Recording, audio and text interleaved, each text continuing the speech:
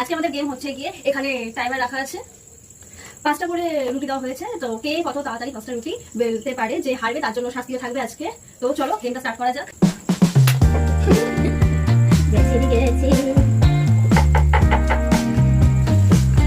যা করে বেলতে হবে না, যা করে